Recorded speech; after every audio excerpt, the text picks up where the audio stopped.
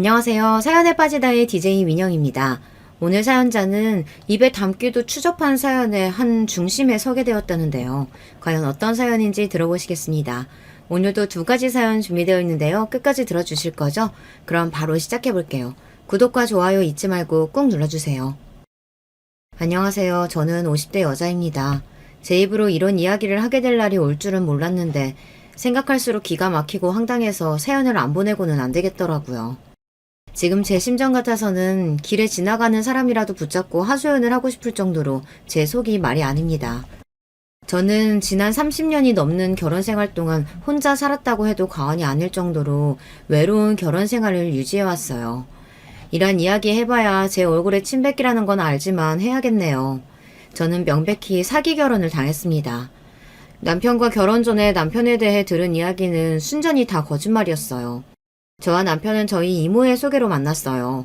이모가 이런 선비 집안이 없다고 입에 칩이 마르게 칭찬을 해서 그런 줄만 알고 혹해서 결혼했습니다. 저도 알아요. 제 실수죠. 결혼이라는 건 무엇보다 신중하게 결정했어야 했는데 제 생각이 짧았습니다. 제가 결혼을 좀 급하게 한 게 바로 밑에 여동생이 하나 있었는데요.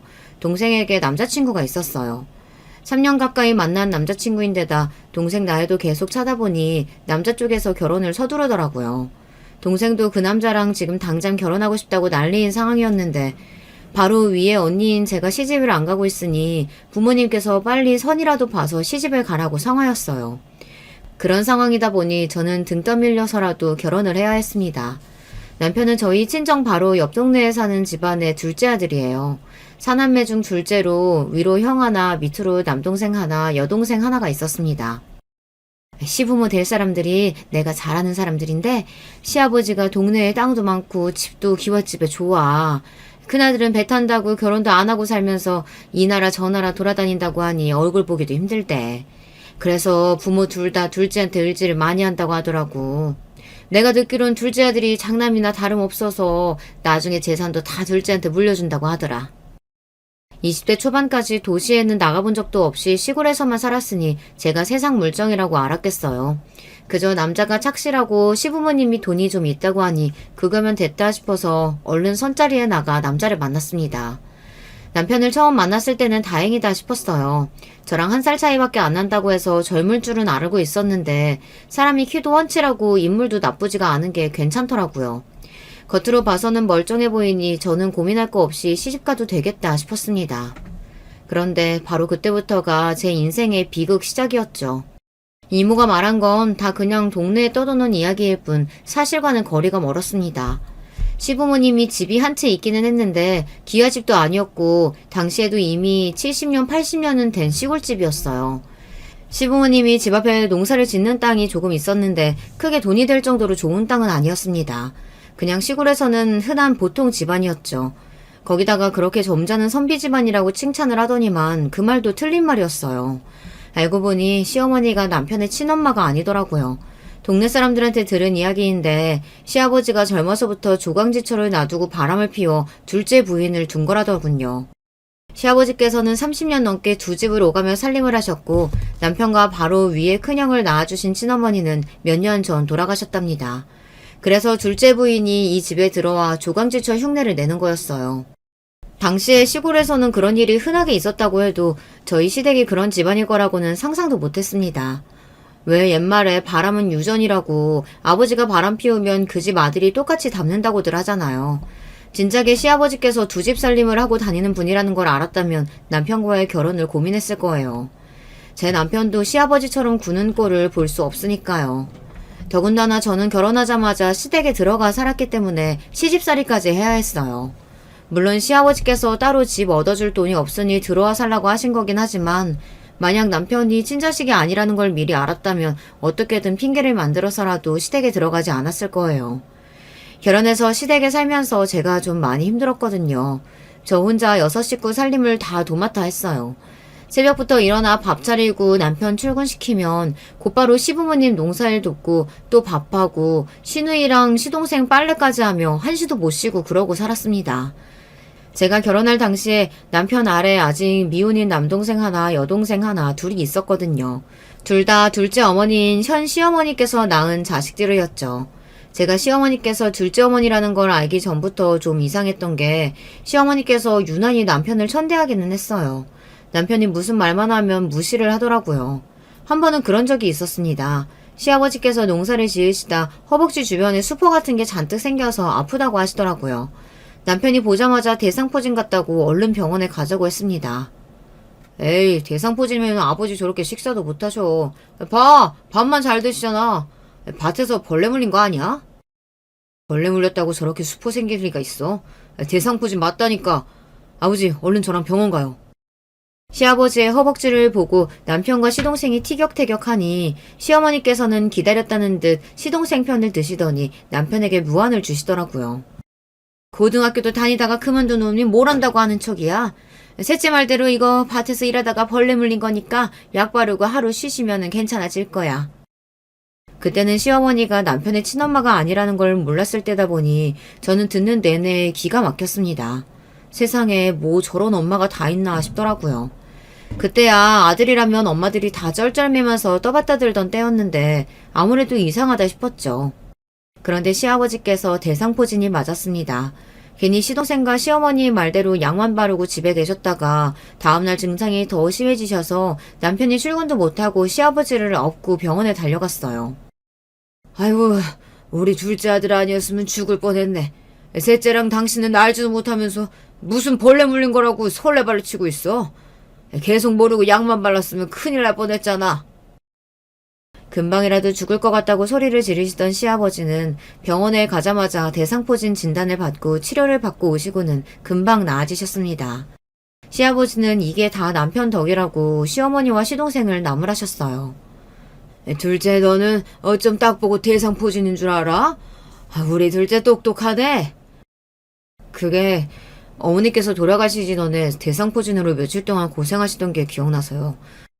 어머니는 등에 비슷한 모양으로 생겼었거든요. 아이고, 을사납셨네, 을사납셨어. 그날 일로 남편과 시어머니의 관계를 확신했습니다. 저는 그제야 남편에게 친어머니가 있다는 사실을 처음 알게 됐어요. 그날 밤 저는 남편에게 왜 그런 중요한 이야기를 하지 않았느냐고 물었습니다. 저는 남편이 솔직하게 이야기해주길 바랬어요. 어머니가 돌아가신 지 얼마 되지 않아 힘들어서 그랬다고 하면 이해했을 거예요. 그런데 남편은 오히려 저에게 원성을 높이더라고요. 그게 무슨 좋은 말이라고 당신한테 말을 해. 시아버지가 두 집 살림하던 사람이라고 하면 좋아할 며느리가 어딨다고. 아무리 그래도 결혼하고 나서는 이야기했어야지. 이 집안에서 나만 모르고 있었잖아. 남편은 일부러 저에게 말하지 않은 거였습니다. 저는 아무리 그래도 결혼하고 나서는 말해줬어야 하는 거 아니냐고 따졌지만 남편은 그 순간 입을 딱 다물어 버렸어요. 또 입 다물지. 사람이 무슨 말을 하면 대꾸를 해야지. 어쩜 당신은 사람이 궁금해서 말을 하면 그렇게 입을 딱 다물어? 그게 바로 남편 특기예요. 남편 하는 짓이 마음에 안 들거나 시어머니 때문에 속상한 일이 있어서 남편에게 하소연을 좀 하면 남편은 항상 대꾸도 없이 없는 사람처럼 입을 딱 다물어 버립니다. 그럴 때면 저는 꼭 벽이랑 대화하는 것 같았어요. 어디 다 속 시원하게 이야기를 하고 싶어도 할 곳이 없었습니다. 남편이 밖에서는 어떻게 하고 다니는지 모르겠지만 집에서는 일절 말이 없는 사람이었어요. 저로서는 답답해도 당시에는 그러려니 하고 참았던 게 내가 남편이라도 이런 분위기에서는 할 말이 없겠다 싶기도 했습니다. 시어머니께서 남편과 자기 친자식들을 차별하셨거든요. 시어머니는 아니라고 하셨지만 제가 보기엔 티가 많이 났습니다.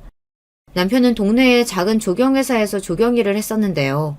새벽에 나가 일이 끝나고 들어오면 항상 8시가 넘고는 했습니다. 반면 시동생과 시내인은 시내에 있는 직장을 다니고 있어서 6시가 넘으면 집에 들어왔어요. 당시에 제가 거의 모든 살림을 도맡아 하고 있었으니 하루에도 10번씩 밥상을 차려야 했습니다. 그런 와중에 시동생 시누이 저녁상을 차리면서 남편 주려고 따로 남겨둔 반찬이나 찌개를 시어머니께서 멋대로 시동생이나 시누이 밥 먹을 때 다 꺼내놨어요.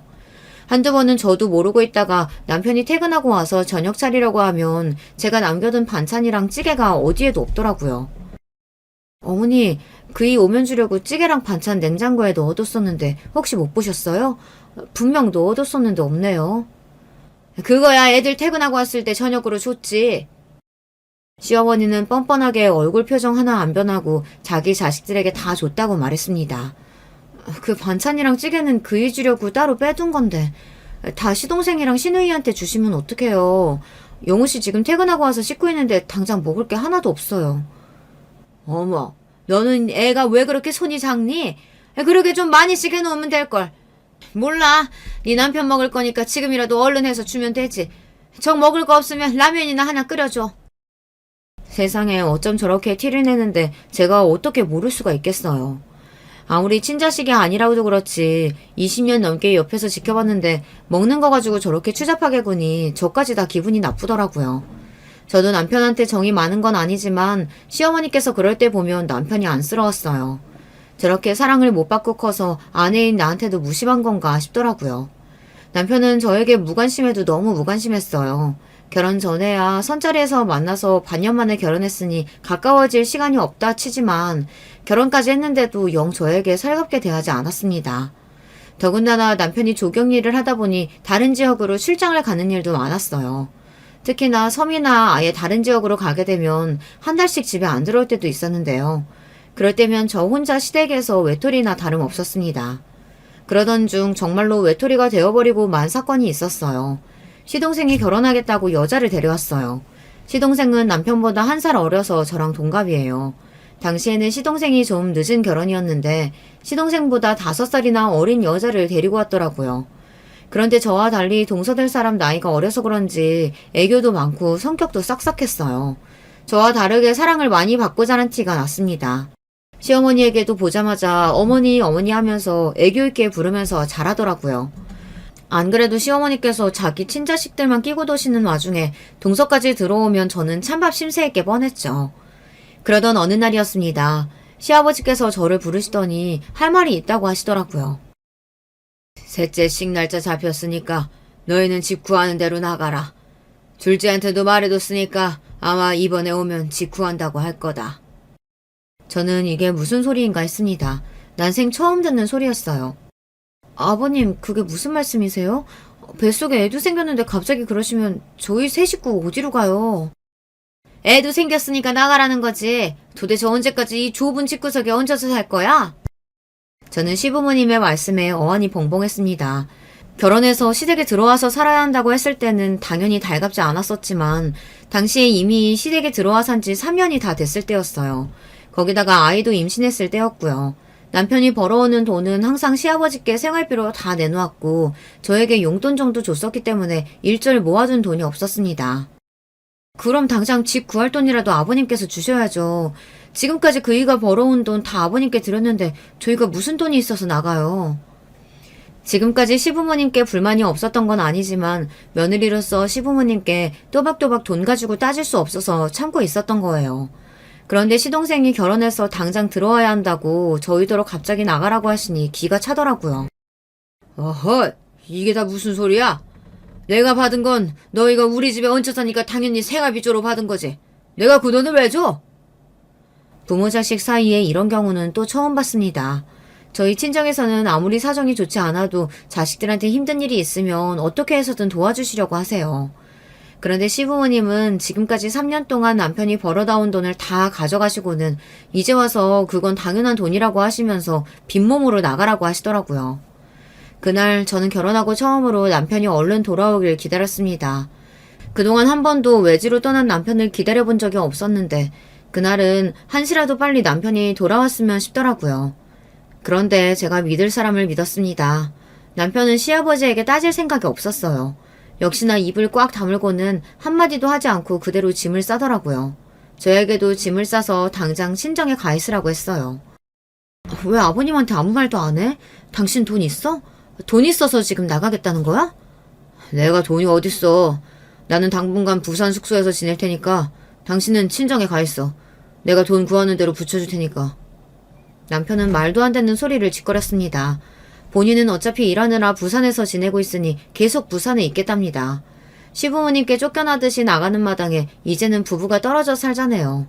그것도 임신한 마누라하고 말이죠. 그게 말이 돼? 임신한 마누라 버리고 당신만 나가서 혼자 살겠다는 거야?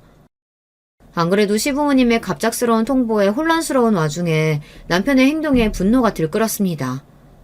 버리긴 누가 버린다는 거야? 그럼 어떡하냐? 셋째 장가 가면 지낼 곳이 없다는데 신혼인데 집도 없이 살게 할 순 없잖아. 가관도 이런 가관이 없었습니다. 남편은 그 와중에 자기 동생 편을 들었어요. 울프 동생이 임신한 아내보다 더 중요한지 일절 시아버지께 반항 한 번 안 하고 그대로 집을 나왔습니다. 저는 남편이고 뭐고 다 싫었습니다. 볼록하게 나온 배만 보면 눈물이 울컥했어요. 제가 이런 취급이나 받으려고 결혼한 게 아닌데 어쩌다가 이런 신세가 됐나 처량하더라고요. 결국은 저와 남편은 그렇게 떨어진 채 2년을 넘게 살았습니다. 저는 친정에서 아이를 낳고 살았고 남편은 여기저기 떠돌이처럼 살면서 한 달에 한 번 아이를 보러 친정에 오고는 했어요. 남편은 미안하다고 올 때마다 자기 딴에는 이것저것 바리바리 싸들고 오기도 하고 생활비도 넉넉하게 줬지만 이미 한 번 틀어진 마음은 쉽게 회복이 안 되더라고요. 결혼한 지는 5년이 넘었어도 남편이랑 한 집에서 한 이불 덮고 산 거는 1년도 채 되지 않으니 미운 정도 들지를 않더라고요. 언제부턴가는 오히려 남편과 떨어져 사는 게 익숙했습니다. 아이도 어릴 때라 아빠를 찾지도 않았고 친정 부모님 곁에서 마음껏 응석 부리며 살았으니까요. 그런데 친정 부모님 생각은 달랐습니다. 하루라도 빨리 남편이랑 합쳐서 나가기를 바라셨죠. 당연한 일이에요. 시집간 딸이 남편도 없이 홀몸으로 애를 데리고 친정에 들어와 있으니 주변에서들 어지간히 쑥덕이잖아요. 그러다 보니 남편이 친정에 올 때마다 친정 부모님은 사위 눈치를 보며 언제쯤 저와 아들을 데리고 나갈 거냐고 물었습니다. 자네 힘든 건 알지만 애도 벌써 돌도 지났고 슬슬 아버지도 찾을 텐데 언제까지 이렇게 살 건가? 웬만하면 월세라도 얻어서 얼른 살림 차려야지. 저야 남편이랑 살림을 합쳐봐야 어차피 애랑 둘만 남겨줄 게 뻔하기에 그대로 친정에 사는 게 나쁘지 않다고 생각했어요. 하지만 아이를 생각해서라도 친정 부모님 말씀이 맞는다고 생각했습니다. 아무리 상황이 좋지 않아도 가족이 떨어져 사는 게 익숙해지면 좋을 게 없으니까요. 그런데 남편은 올해도 힘들 것 같다고 했어요. 올해 잡힌 인들이 다 지방이고 섬이라 지금 당장 제가 어디다가 터를 잡고 살아야 할지 판단이 안 서네요. 그래도 올해 지나면 전세 보증금 정도는 어떻게 될 테니까 걱정하지 마세요. 자네, 작년에도 그렇게 말하지 않았나? 원래 돈이라는 게 그래. 모이만 하면 나가고 없으면 또 일 터지고. 어차피 재벌될 거 아닌 거 괜히 가족끼리 떨어져 있지 말고 하루라도 빨리 합쳐. 정 힘들면 우리가 좀 도와줄 테니까. 이번에는 진짜예요, 장모님. 올해까지만 고생하면 내년엔 진짜 합칠 거니까 제 말 믿어주세요. 남편은 친정 부모님께 걱정하지 말라고 했지만 시간이 갈수록 친정 부모님의 얼굴에는 그늘이 졌습니다. 당신들도 이제 연세가 들 만큼 들었고 다른 자식들은 다 시집장가 가서 멀쩡하게 잘 사는데 저만 그러고 있으니 저를 볼 때마다 근심이 많으셨죠. 그러던 중 일이 좀 터졌습니다. 남편이 일하는 팀의 반장이 갑자기 늦은 밤에 저에게 연락이 왔어요. 남편이 일하다가 좀 다쳤다고 하더라고요. 급하게 수술에 들어가야 하는 바람에 저에게 연락을 못했었는데 이제 막 수술 잘 끝나고 나왔답니다. 저는 놀라서 그 길로 남편의 있는 병원으로 가려고 했어요. 그런데 시간이 너무 늦어서 버스도 택시도 다니지를 않았어요. 저는 밤새 잠도 못 자고 뒤처이다가 바로 다음날 새벽이 되자마자 첫 차를 타고 남편이 있는 병원으로 갔어요.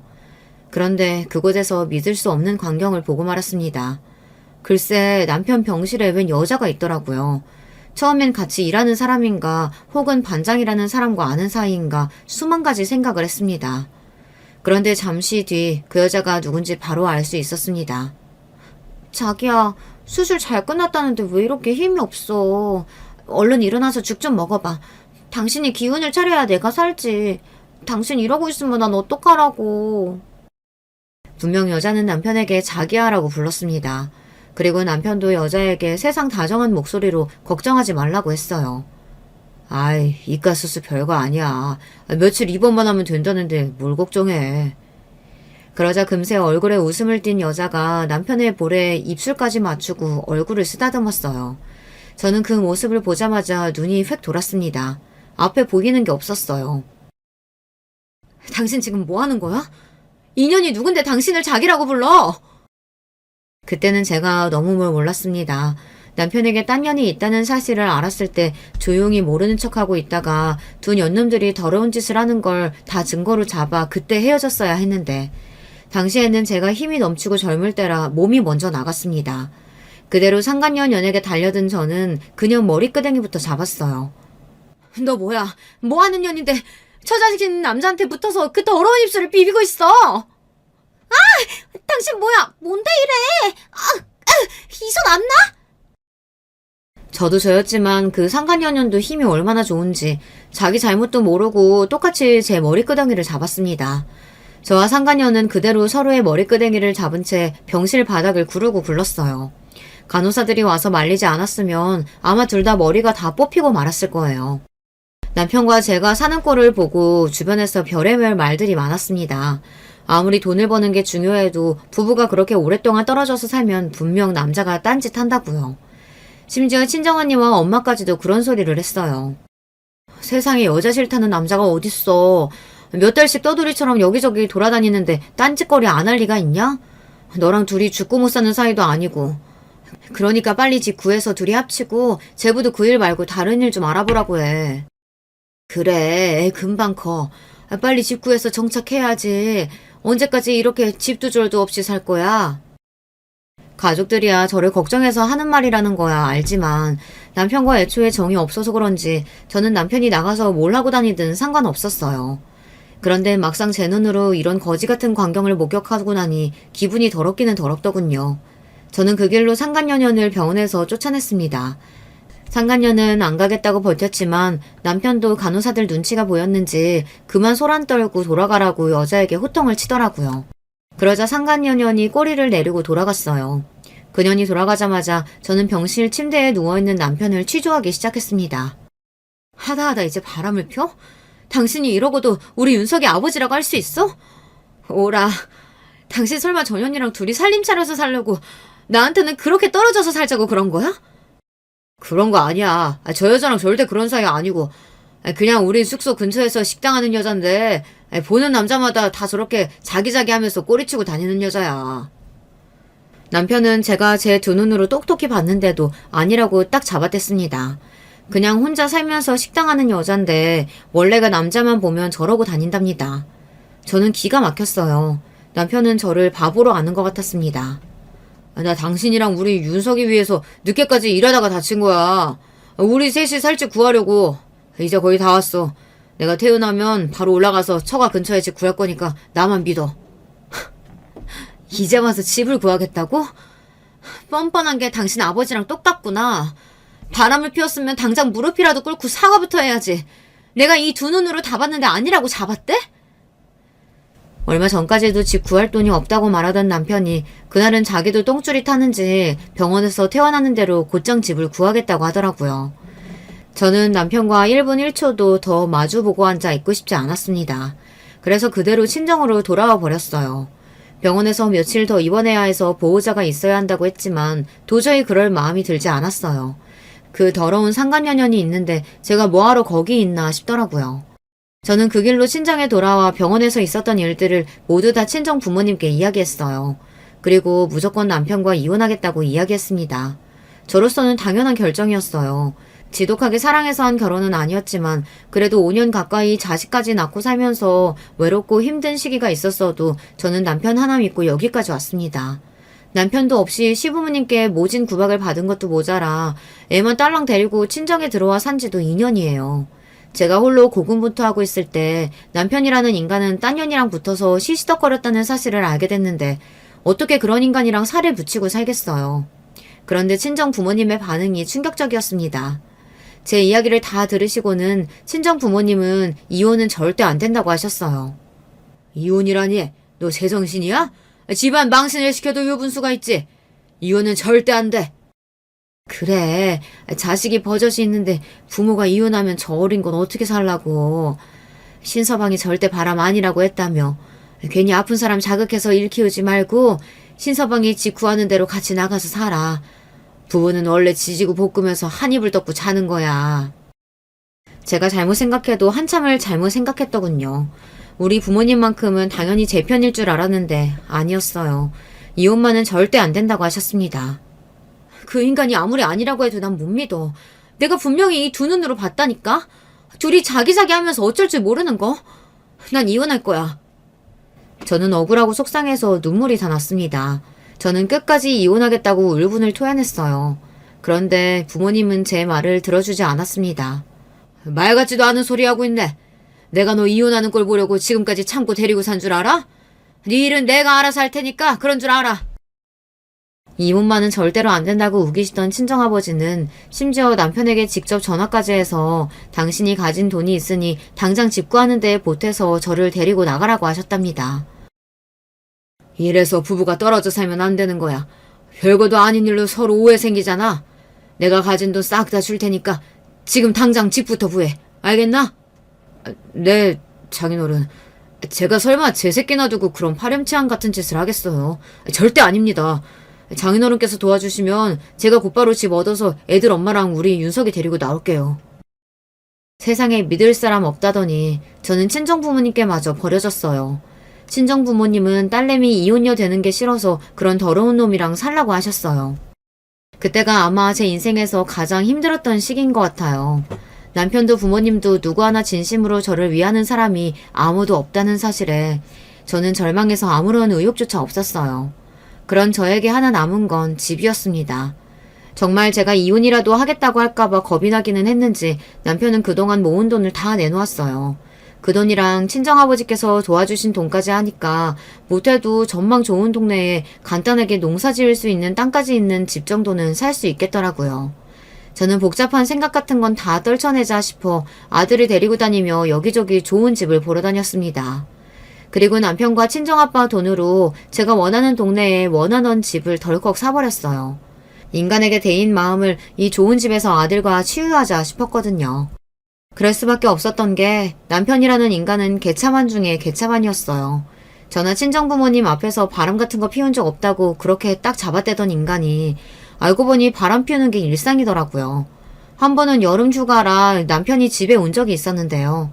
아들도 고학년 때라 방학을 맞이해서 오랜만에 셋이 여행을 갔습니다.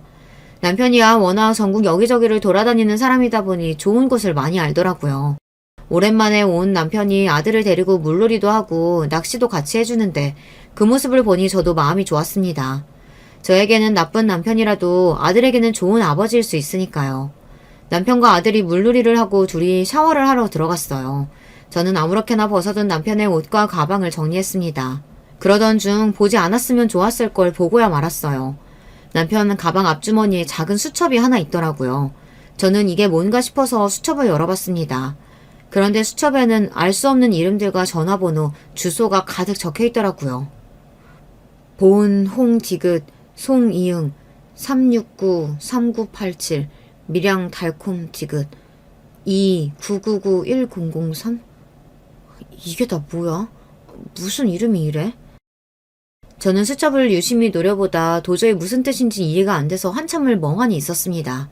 그러다가 뭔가 머리에 번뜩이는 게 있어서 설마 하는 마음으로 곧장 전화기를 들었습니다. 그리고 수첩에 적혀있는 번호로 무작정 전화를 걸었어요. 네, 홍다방입니다. 혹시 거기 송씨 아가씨 있나요? 송양? 지금 출장 나갔는데. 무슨 일이세요? 역시나 제 생각이 맞았습니다. 남편이 수첩에 가득하게 적어둔 건 다름 아닌 다방 연락처였어요. 남편은 일하러 지방 현장에 갈 때마다 그 동네 다방년들이랑 영신 놀아난 거죠. 남편은 여자 없이 못 견디는 개자식이었어요. 핏줄이라는 게 참 이상합니다. 자기 아버지가 두 집 살림하고 살면서 평생 마음고생하며 산 어머니를 보고 살았으면서도 남편은 영락없이 자기 아버지를 빼다 박았어요. 아니, 어쩌면 시아버지보다도 남편이 더한 인간일 줄 모릅니다. 적어도 시아버지는 본인이 저지른 일을 책임지고 살았지만 남편은 말 그대로 자기 꼴리는 대로 추잡하게 사는 거니까요. 남편이 개차반이라는 사실을 알고도 같이 사는 저를 보고 언니는 한심하다는 듯 혀를 찼어요. 매일 개집질이나 하고 다니는 놈이 뭐가 좋다고 밥 차려주고 빨래해주냐고요. 제가 설마 그런 인간이 좋아서 참고 살겠어요? 아닙니다. 제가 할 수 있는 선에서 최선의 복수를 하고 살았어요. 이미 아들까지 있는 여자가 여자라면 환장하는 남편에게 할 수 있는 복수가 이혼밖에 없습니까? 저는 그렇게 생각하지 않았어요. 저의 목적은 딱 두 가지였습니다. 첫째는 아들이 아버지라는 인간이 개차반이라는 사실을 모르고 아버지를 존경하고 사랑하며 클 수 있게 자라도록 하는 것이었어요. 그리고 남편의 모든 경제권을 제가 갖는 것이었어요. 저는 이 두 가지를 모두 다 이뤄냈습니다. 친정을 나와 집을 사고 난 뒤 남편은 딴짓거리라다 저에게 걸린 적이 있었어요. 그럴 때마다 병신 같은 남편은 저에게 이혼만은 안 된다고 빌었습니다. 우리 윤석이 아버지 없이 자라게 할 순 없잖아. 내가 다시는 안 그럴 테니까 당신이 한 번만 용서해줘. 이번엔 진짜야. 믿어줘. 좋아. 대신 조건이 있어. 당신 월급 들어오는 통장 내놔. 앞으로 내가 돈 관리할게. 그럼. 앞으로 우리 윤석이 앞으로 돈 들어갈 때 많은데 당신이 알아서 관리해야지. 여자라면 사족을 못 쓰는 인간이 아들 자식은 무서운지 혹여나 자기 아들을 못 보고 살게 될까봐 쩔쩔맸습니다. 저는 그 점을 철저하게 이용했어요. 그리고 통장에 돈이 들어올 때마다 저는 땅을 조금씩 사들였습니다. 모두 다 제 명의로 말이죠. 남편이 세 번째 바람을 피우다가 걸렸을 때는 저도 너무 어이가 없어서 웃음이 다 나더라고요. 그때는 출장을 갔을 때도 아니었고 몇 달 동안 집 근처에서 일할 때였는데 동네 빵집 여자랑 바람이 났더라고요. 그걸 제가 어떻게 알게 된 줄 아세요? 글쎄 동네 공터 차 안에서 여자랑 그렇고 그런 짓을 하다가 경찰한테 딱 걸려서 풍기물단죄로 벌금까지 냈더라고요. 그런 일까지 있고 나니 제 눈에 남편은 그냥 정신병자였어요. 여자라고 치마만 두르면 좋아서 헐떡이는 개자식이었죠. 한편으로는 저렇게까지 여자를 좋아하는 놈이 왜 굳이 가정을 유지하면서 살려고 하는 걸까 궁금했습니다. 이혼하고 나가서 혼자 살면 속 시원하게 즐기면서 살 수 있을 텐데 아무리 자식 때문이라고 해도 왜 나한테 모든 걸 다 넘기면서까지 이혼을 안 하겠다는 건지 이해가 안 됐어요. 나도 더는 못 참겠어. 그냥 내가 깔끔하게 이혼해줄 테니까 앞으로는 편하게 당신 하고 싶은 대로 하고 살아. 돈이고 자식이고 그런 꼴까지 보고 나니 도저히 참아줄 수가 없었어요. 그때는 정말 이혼하려고 했어요. 그런데 그 순간에도 정신 나간 남편이 하는 말이 기가 막혀서 말문이 다 막히더군요. 나한테 당신이 있으니까 딴 여자 만나고 다니는 게 재미도 있는 거지. 당신이 없으면 내가 여자를 뭐하러 만나. 다시 생각해도 남편은 정상이 아니에요. 그러니까 이 인간은 마누라 고생시키면서 그냥 바람 피우는 걸 즐기는 변태 정신병자였습니다. 그런 소리까지 들으니 남편이 인간이라는 생각이 안 들더군요. 괴물이나 다름없었습니다. 그쯤 되니 저는 모든 걸 다 내려놓았어요. 그리고 그때부터는 일절 남편이 하는 일에 전혀 신경 쓰지 않았습니다. 어차피 그동안 호적상으로만 부부였지 남보다 못한 관계로 줄고 살았는데 이제와 달라질 게 뭐가 있나 싶었거든요. 아들을 남부럽지 않게 키우려면 돈도 필요하고 아들이 성인이 될 때까지는 아버지라는 존재도 필요할 때가 있으니 그냥 그렇게 호적만 유지하면서 살았어요. 그렇게 모든 걸 다 내려놓고 살다 보니 남편이 무슨 짓을 하고 다녀도 화가 나지 않더군요. 그냥 꼬박꼬박 돈이나 들어오고 아들에게 아비 노릇이나 하면 그걸로 됐다 싶었죠. 그리고 아들이 자리 잡고 독립해 나가면 그때 남편과 헤어질 생각이었어요. 어차피 모든 재산은 다 제 것이고 지금까지 남편이 바람 피우고 다닌 증거들은 이미 다 차곡차곡 모아뒀으니 언제 헤어져도 저에게 손해일 건 없었죠. 그러던 어느 날이었습니다. 제가 계약한 대로 저의 박복한 인생을 정리할 날이 머지 않았을 때였어요. 아들이 대학을 졸업하고 취업 준비를 하던 때였어요. 아들은 서울에 있는 회사들의 이력서를 넣고 1차 합격해서 면접 준비에 한창이었습니다. 저는 아들이 취직만 돼서 서울로 올라가면 바로 남편과 이혼할 생각이었어요. 그러던 중 생각지도 못한 일이 벌어졌습니다. 동서와 시동생이 갑자기 이혼한 거예요. 간혹 시어머니께 듣기론 동서와 시동생 사이도 영 좋지 않다고 듣기는 했어요. 시동생이 건설회사에 다녔는데 동서가 그 회사 비서로 일했어요. 나이도 어리고 얼굴도 예쁘장한 데다가 애교도 많으니 시동생이 한눈에 반해서 결혼한 거죠. 그런데 나중에 알고 보니 동서가 과거가 좀 있더라고요. 비서로 일하기 전에 지방 어디 술집에서 일했대요. 그 사실을 식구들이 어떻게 알게 됐는진 모르지만 시어머니까지 알게 돼서 집안이 난리가 났었다고 하더라고요. 그런데 당시에 이미 동서와 시동생 사이에는 애가 둘이나 있다 보니 시동생이 이혼도 못하고 참고 살았어요. 그런데 몇 년 전 시아버지가 돌아가시고 최근에 시어머니까지 돌아가시고 나자 이때다 싶었는지 아예 이혼하기로 했나 보더라고요. 그런데 며칠 뒤 믿기지 않는 일이 벌어졌습니다. 동서가 연락도 없이 우리 집에 찾아왔어요. 동서가 시집 오고 나서 지난 20년 가까운 시간 동안 한 번도 따로 만난 적이 없었는데 저는 무슨 일인가 했죠.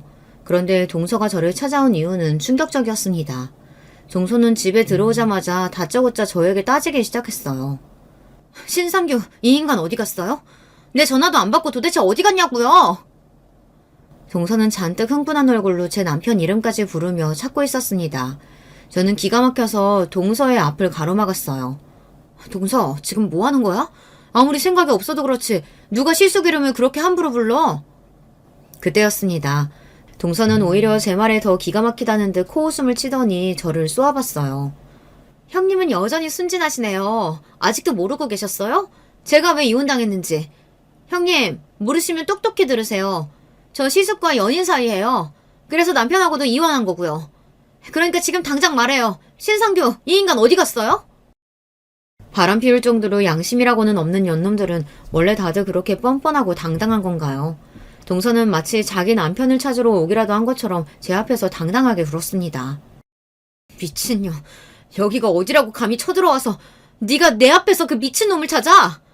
말했잖아요. 나랑 당신 남편이랑 그런 사이라고. 나 먼저 이혼하면 이 인간도 이혼한다고 했으니까 형님이 당장 이혼부터 해줘요. 형님도 진짜 멍청한 게 아니라면 동서까지 건드리는 남자랑 살고 싶진 않을 거 아니에요. 동서녀는 끝까지 생각이 없었습니다. 그 미친 인간 때문에 이혼까지 한 것도 모자라서 저더러 이혼을 해달라네요. 미친 것들이 쌍으로 지랄하고 있네. 멍청한 건 너지 이년아.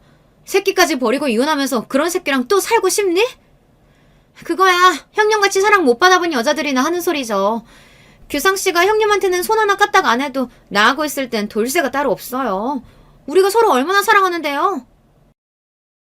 저는 동서년 입에서 사랑이라는 소리가 나오는데 웃음이 터져서 참을 수가 없었습니다. 조금 더 묵혀뒀다가 아들까지 다 독립시키고 터뜨리려고 했는데 더는 안 되겠더군요. 미친년 말하는 거 봐라. 야, 너 큰일 났어. 내 앞에서 헛소리할 시간 있으면 얼른 산부인과부터 가봐. 너 임질이야. 뭐래? 나 괜히 겁주려고 그런 소리 하는지 누가 모를 줄 알아요? 내가 임질에 걸리긴 왜 걸려? 아휴, 역시나 그 새끼가 자기 성병 걸린 거 말 안 했구나. 어떡하니? 그 인간 얼마 전부터 오줌도 못 나올 정도로 아파서 떼굴떼굴 구르다가 병원 갔더니 임질이라더라. 상태가 심각해서 내가 아예 입원시켰어. 그거 보고 싶으면 가봐. 내가 병원 알려줄 테니까. 뭐야? 미친 새끼. 어쩐지 며칠 전부터 몸이 이상하더니만. 동서녀는 그대로 제 몸을 벅벅 긁더니만 어쩐지 이상하다고 했어요. 이제야 알았어? 그 새끼 그거 완전 성중독이야. 너 만나면서도 연신 방석집 드나드는 거 내가 몇 번이나 봤어. 설마 형님, 아니 너 나랑 신상규랑 만나고 있는 거 이미 알고 있었어? 당연하지. 내가 그 인간이랑 산 세월이 몇 년인데 그 인간이 새로 만나는 여자도 모를까봐? 말도 안 돼. 뭐 이런 거지 같은 상황이 다 있어? 이 거지 같은 상황 만든 건 네 년이지. 내 집에서 그만 시끄럽게 떠들고 얼른 병원이나 가 이년아. 더러워 죽겠어. 동서는 혼란스러운지 자기 혼자 어쩔 줄 몰라 하더니만 도망치듯 집에서 나갔습니다. 이 일이 다 어떻게 된 거냐고요? 말 그대로입니다. 개차반 중에서도 제일 개차반 같은 인간이랑 20년을 넘게 살았는데 제가 정말 저 인간을 남편으로 생각하면서 살았을 리 없죠. 저는 내내 이혼할 준비만 하면서 산 사람입니다. 얼마나 많이 준비하고 기다렸겠어요. 물론 그 인간이 하다하다 동성까지 건드렸을 줄은 몰랐습니다. 상상도 못했어요. 그런데 얼마 전 시동생에게 연락이 왔더라고요. 동서가 바람을 피우는 것 같아 뒤를 밟았는데 글쎄 그 상대가 남편이었답니다. 사실 그 옆에 내가 술집 출신이라는 거 알려준 사람도 형이었어요. 자기가 젊어서 자주 가던 주점이 있었는데 거기서 그 옆에 애를 분명히 봤다고요. 그러면서 한다는 말이 술집에서도 애교가 많아서 인기 많았다고 제 앞에서 떠벌리다라니까요. 세상에 어떻게 그런 인간이 있을 수가 있죠? 그때도 정말 상종하고 싶지 않았어요. 알고 보니 동서가 술집 출신이라는 걸 시댁에 말해준 사람이 바로 남편이었답니다. 본인이 다니던 술집에서 동서를 본 적이 있었던 거예요. 그 뒤로 저와 시동생은 함께 증거를 모으고 있었어요. 동서도 이미 이혼하겠다고 마음을 굳힌 상태라 시동생과 동서는 재산 분할 없이 합의하고 이혼했습니다. 양육권도 다 시동생이 가져갔고요. 빈털터리가 된 동서는 오로지 제 남편만 믿고 이혼했더라고요. 형이 이혼하고 오면 본인이 책임지겠다고 했대요. 본인은 땅도 있고 집도 있다고요. 남편은 무식해도 너무 무식했습니다. 지금까지 본인이 저지르고 산 일이 있는데 집이고 땅이고 재산이 본인 마음대로 될 줄 알았나 봐요. 그거 가지고 동서에게 이혼하라고 종용했답니다. 얼마 전 남편이 저에게 이혼 이야기를 꺼내기는 했습니다. 그러던 중 남편 몸이 이상해서 병원에 갔다가 임질이라는 사실을 알게 된 거죠. 남편은 끝까지 그럴 리 없다고 우겼지만 제가 보기엔 이상하지도 않았습니다. 시동생에게 동서와 남편이 불륜 사이라는 이야기를 들은 뒤 제가 남편에게 사람을 붙였는데 남편은 동서를 만나면서도 틈만 나면 시내에 있는 방석집에 드나들었어요. 그렇게 함부로 몸을 걸리고 다녔으니 임질에 안 걸리는 게 이상했죠. 그 와중에도 동서까지 만나고 다녔으니 동서년한테 옮았을 게 뻔합니다. 더군다나 남편이 임질 진단을 받고 병원에서 간단한 설문에 답을 했는데 의사 말이 남편이 아무래도 성중독 증세가 있는 것 같다고 자세하게 검사를 해보면 좋을 것 같다고 하더라고요. 검사 결과 남편은 성중독이 맞았습니다. 남편은 병적으로 여자한테 미쳐 있었던 거예요. 임질을 치료하더라도 남편 개인이 가지고 있는 성에 대한 사고방식에 이미 문제가 있기에 또 같은 일이 반복될 수 있다고 판단해서 치료를 해보기로 했던 거예요.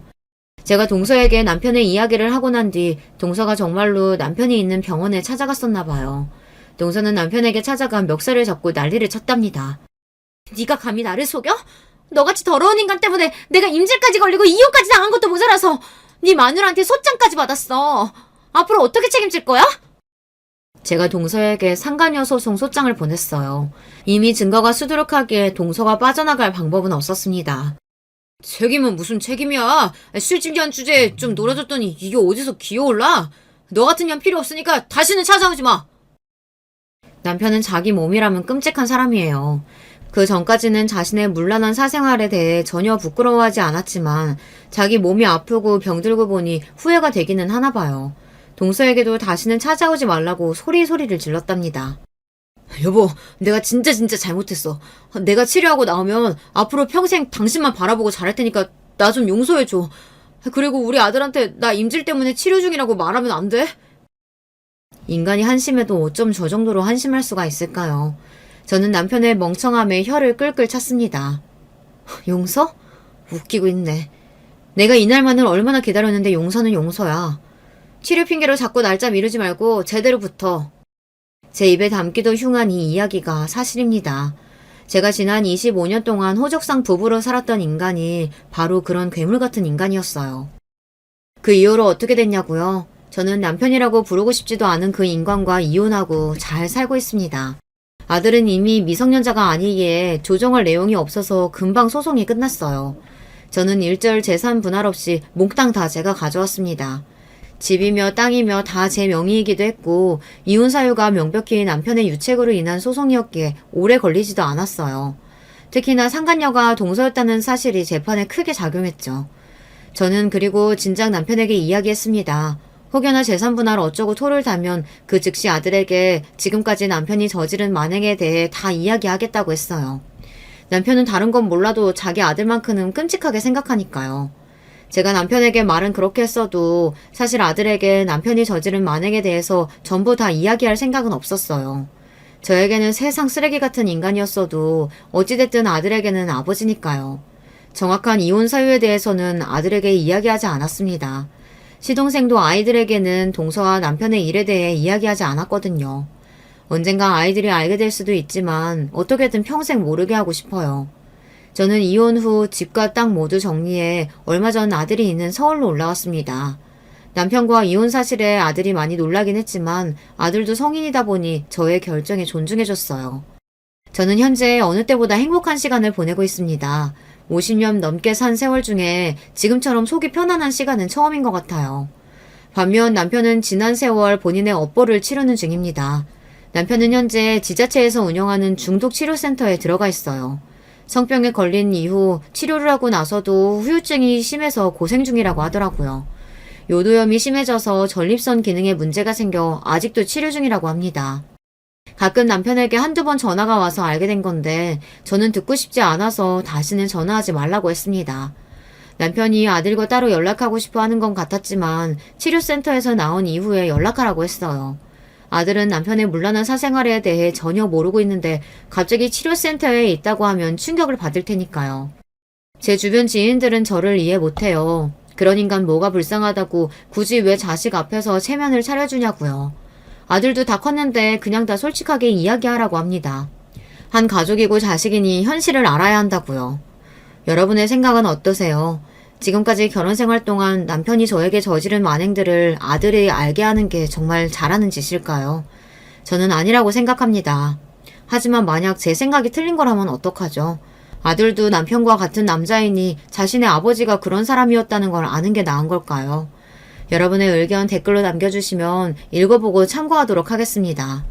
지금까지 저의 긴 막장 스토리 끝까지 읽어주셔서 감사해요. 여러분의 가정에는 언제나 즐거운 일만 가득하시길 바라겠습니다. 안녕하세요. 저는 서울에 거주하는 50대 여자입니다. 오늘은 너무 다사다난했던 제 인생 얘기를 해보려고 해요. 사연 없는 사람이 없다고 하지만 저는 제 인생이 어디 가서 사연으로는 빠지지 않는다고 자신 있게 말할 수 있습니다. 이렇게 말하면 제가 어렸을 때부터 찢어지게 가난해서 입에 풀칠하기도 힘들었던 것 같죠?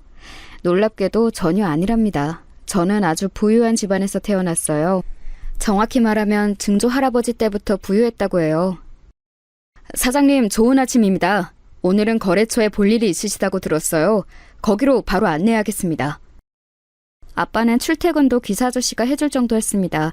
아빠의 회사는 국내에서 유명한 제조업 회사였는데 덕분에 잘하면서 돈 걱정은 해본 적이 전혀 없어요. 엄마도 유명한 집안이라 돈이 많았고 저는 금지옥역 외동딸로 구김없이 자랐습니다. 학교에서 선생님들이 예뻐해 주셨고 친구들과 교육관계도 아주 좋았어요. 그렇게 고등학교를 졸업한 저는 국내에 있는 유명한 여자대학교에 입학했습니다. 그리고 어떤 남자를 만나게 되었어요. 그 사람의 이름은 김진석이었고 제 첫사랑이었습니다. 진석이는 저와 동갑이었는데 매우 활발하고 다정한 사람이었어요. 서로 첫눈에 반해 무려 4년을 사귀었는데 한 번도 싸운 적이 없답니다. 그러다 대학을 졸업하고 진석이와 결혼하려 했는데 집에서 심하게 반대하셨어요. 말이 되는 소리를 해라. 미자야, 우리가 어떤 집안인데 저런 별 볼 일 없는 놈과 결혼하려고 하는 거니? 내가 너를 어떻게 키웠는데 당장 저놈과 헤어져. 아빠, 저는 진석이가 아니면 결혼하고 싶지 않아요. 제가 얼마나 저 사람을 사랑하는지 아빠도 알잖아요. 제가 처음이자 마지막으로 엄마랑 아빠한테 부탁하는 거 모르세요? 잘하면서 한 번도 반항한 적 없잖아요. 제발요. 미자야, 네 마음은 알겠지만 엄마도 이건 반대야. 우리 딸의 남편은 최소한 집이 우리 정도는 아니어도 적어도 중산층은 되어야 하지 않겠니? 저런 집에 우리 딸을 시집 보내라고? 엄마는 지금 너무 끔찍해서 잠도 오지 않아. 너야말로 부모 마음을 이해 좀 해줘. 엄마까지 왜 이래? 우리는 이미 평생을 약속한 사이야. 제발 결혼하게 해줘. 제발. 보통 자식에게는 부모는 없다고 하죠. 그런데 우리 집은 예외였어요. 저는 자라면서 부모님에게 반항해 본 적이 없거든요. 그런 제가 처음이자 마지막으로 부탁한 게 제 결혼이었는데 부모님은 오히려 화를 내셨습니다. 그도 그럴 것이 상당히 재력이 있던 우리 집과 달리 그 당시 진석이의 집은 가난했어요. 저는 몰랐는데 아빠는 진석이를 몰래 찾아갔나 보더라고요. 어느 날 진석이가 저에게 이별을 고했고 제 첫사랑은 그렇게 끝나게 되었습니다. 내가 나중에 큰 사람이 되면 미자 너를 다시 찾아올게. 나는 너 아니면 안 돼. 우리가 지금은 상황 때문에 어쩔 수가 없지만 나중에 꼭 다시 만나자. 나는 진석이 너를 믿어. 너는 성실하고 꼼꼼하니까 꼭 성공할 거야. 그러니까 우리가 헤어지는 것은 그냥 잠시 떨어지는 거지 영원한 이별은 아니야. 저는 진심으로 진석이와 영영 이별하는 거라고 절대 생각하지 않았어요. 그런데 그런 저를 알았는지 부모님은 저를 강제로 미국에 유학을 보내셨습니다. 대학원을 억지로 미국으로 가게 된 저는 가서 향수병과 우울증에 걸리게 되었어요. 평생을 한국에서 살다 미국에 갔으니 적응을 잘했겠어요? 물론 외국 생활이 잘 맞는 사람이 있다고 하지만 저는 전혀 아니었습니다. 다음 주에 졸업식이야. 그거 끝나면 바로 한국으로 들어갈 거야. 엄마랑 아빠가 원하는 대학원 나왔으니까 진석이 찾아서 결혼할 거야. 제발 그 진석이란 이름 그만 꺼내. 그리고 미국에 갔으면 거기서 잘난 놈 하나 만들지. 못하러 아직도 진석이를 못 잊어? 아휴, 됐다. 엄마랑 아빠도 네 졸업식에 참여할 거니까 그렇게 알고 기다려. 상처만 남은 채로 미국 유학을 끝내고 한국으로 온 저는 진짜로 진석이를 찾으려고 애썼어요. 그런데 진석이는 마치 증발한 것처럼 사라진 후였습니다. 연애를 길게 하면서 서로 집을 알았기 때문에 집도 찾아갔는데 이미 이사가고 없더라고요. 진석이가 아니면 결혼하고 싶지 않았던 저는 그렇게 아무 남자도 만나지 않았어요. 엄마와 아빠가 아무리 선자리를 주선해도 나가지 않았습니다. 친구들은 다 결혼하고 저만 혼자 남은 채로 30대를 맞이하게 되었어요. 미자야, 아빠가 미안하다. 그러니 제발 이번 선은 나가볼래? 이 사람 진짜 괜찮은 사람이라고 업계에 자자해. 그러니까 제발 아빠랑 엄마 얼굴을 봐서라도 한번 나가기만 해봐, 응? 나는 결혼 생각 없다고 했잖아요. 내가 언제 진석이 찾아달라고 했어요? 나도 깔끔하게 포기했으니까 이제 나한테 결혼 얘기 꺼내지 말라고요. 생각 없어요. 급기야 아빠와 엄마는 나중에 제가 결혼하지 않자 쩔쩔매기 시작했습니다. 주변에서 저를 바라보는 시선도 점점 안쓰럽다고 바뀌니 초조했나 보더라고요. 하지만 저는 진심으로 결혼에 관한 생각이 없었습니다. 그랬던 제가 마음이 바뀌게 된 계기가 있었으니 그건 바로 엄마의 갑작스러운 죽음이었어요. 엄마는 어느 날 몸이 좋지 않아 병원에 입원했는데 검사를 해보니 바로 위암 말기였습니다. 초기도 아니고 말기였던 엄마는 이미 발견한 뒤로는 심각하게 증상이 안 좋아졌어요. 어떻게 손을 쓸 수도 없이 너무 갑작스럽게 돌아가시게 되셨습니다. 그러면서 엄마는 죽기 전에 제 손을 꼭 잡고 말씀하셨어요. 미사야, 엄마가 너 원하는 결혼 못 시켜줘서 너무 미안해. 우리 딸이 평생 원하던 것은 그거 하나였는데, 그렇지? 엄마를 용서해줘. 그리고 좋은 사람 있으면 결혼해라. 엄마는 네가 결혼해서 평범하게 살았으면 좋겠어. 엄마는 그 소리를 끝으로 끝내 돌아가셨어요. 지금은 비혼이라는 단어가 등장했는데 저 때는 사실 결혼하지 않은 것이 되게 희귀였거든요. 결혼이라는 것은 인간의 인생에서 당연한 절차였습니다. 그래서 저도 마음이 점점 바뀌었고 무엇보다 엄마의 유언이라 결혼하기로 마음을 먹었어요. 그때 제 나이가 이미 36살이었으니 지금으로 봐도 늦게 결혼했죠? 안녕하세요. 미자씨, 말로만 들었을 때 상당히 미인이라서 기대했는데 실물은 듣던 것보다 훨씬 아름다우세요.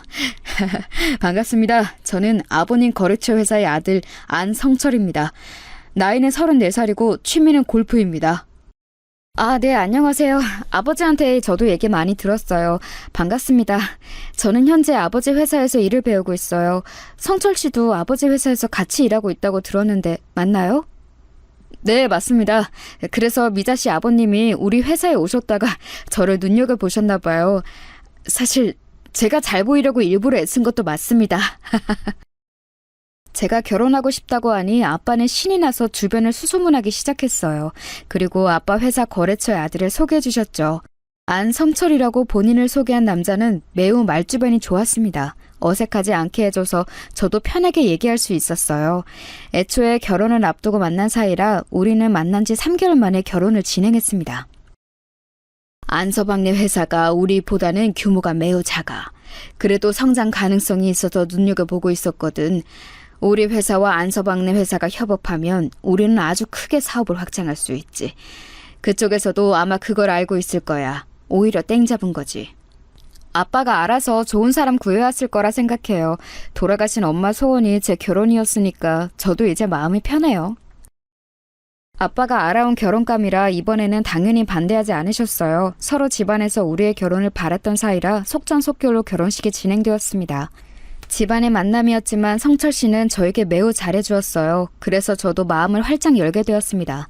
마치 간도 쓸개도 다 빼줄 것처럼 행동했거든요. 여자의 마음을 어떻게 얻어야 하는지 너무 잘 아는 사람이었죠.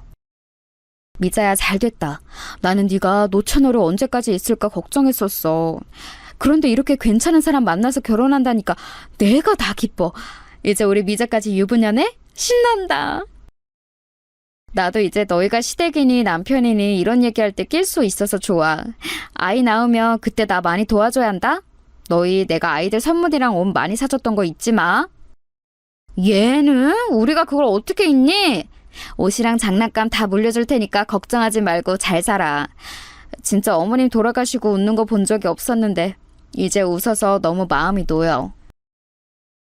제가 드디어 결혼한다고 하니까 친구들은 마치 자기 일처럼 기뻐했어요. 저도 그래서 이때까지는 제 인생에서는 고생이라고는 없을 줄 알았습니다. 남들처럼 평범하게 남편과 아이를 낳고 행복한 인생을 보낼 줄 알았어요. 결혼식을 올리고 남편과 저는 바로 아이를 가지려고 노력했습니다.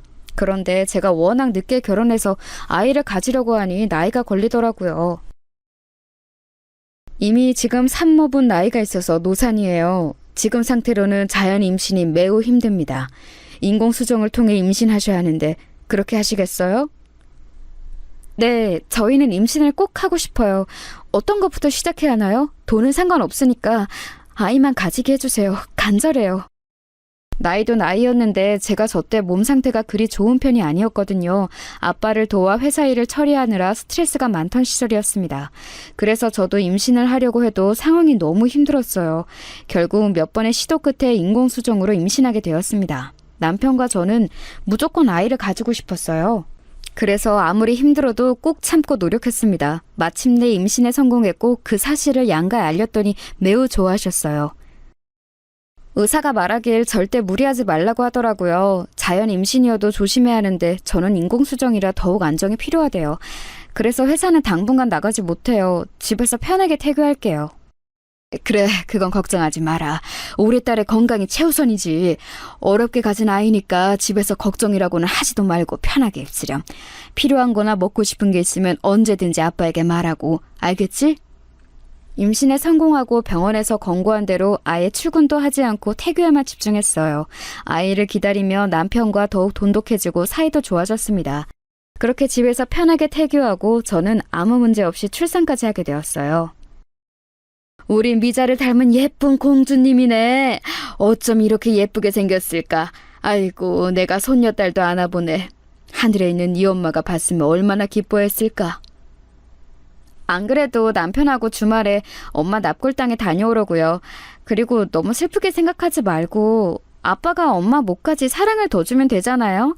우리 서연이 나랑 똑 닮아서 예쁘잖아요. 제가 낳은 아이의 성별은 딸이었어요. 어렵게 가진 아이라 그런가 얼마나 사랑스러웠는지 모릅니다. 세상을 다 가진 기분이라고 하면 설명될까요? 저는 아직도 아이가 태어난 날의 기억이 생생해요. 그 정도로 저한테 딸은 자식 그 이상의 의미였어요. 너무 소중해서 보고 있어도 보고 싶은 마음이 들었죠. 그래서 제 소원은 남편과 사랑스러운 우리 서연이와 셋이 죽을 때까지 행복하게 사는 거였습니다. 그런데 이 소박한 소원은 얼마 가지 않아 산산조각이 나게 되었어요. 이때가 제 불행의 시작이었습니다. 남편은 시아버지 회사에서 저는 친정아빠 회사에서 일하고 있었는데 시간이 흐르며 제가 아이를 낳고 저는 회사 일에서 손을 떼기 시작했습니다.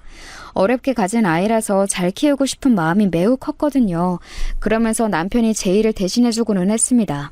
처음에는 선뜻 먼저 나서서 자료 정리를 해준다는 남편이 너무 고마웠어요. 여보, 내가 당신 회사 자료 정리해줄게. 그 대외비 파일은 어디서 볼 수 있는 거야? 장인어른이 저번에 말했던 중요한 계약서는 어디 있지? 서재 없더라. 아, 그건 회사 내 사무실에 있어. 매번 그렇게 나 도와줘서 고마워. 만약 당신이 없었다면 우리 회사가 잘 굴러가지 않았을 거야. 당신이 이렇게 일을 잘하는 줄은 몰랐어. 그렇게 말해줘서 고마워. 내가 그럼 당신 회사 출근해서 이따 자료 볼게. 미리 김비서에게 내가 간다고 말해줘. 요즘은 근데 내가 불쑥 찾아가도 다들 아무 말 안 하더라. 이미 사위고 남편이고 다 알아서 그런가 봐. 당연하지. 당신처럼 이렇게 장인어른하고 아내 회사 일을 진심으로 도와주는 사람이 어디 있니? 우리 서연이랑 행복하게 살자. 사랑해. 너무 평화로운 일상이 지속되다 사건이 터지게 되었어요. 그날은 평소와 다름없이 집에서 제가 아이를 돌보고 있었는데 갑자기 아빠한테 전화가 오더라고요. 무슨 일이 있는 것처럼 받기 전에 이상한 기운이 돌았습니다. 여보세요? 아빠 무슨 일이에요? 안서방이요? 지금 회사에 갔죠. 아까 평소처럼 아침에 밥 먹고 나갔는데 왜요? 미자야, 지금부터 정신 똑바로 차리고 잘 들어.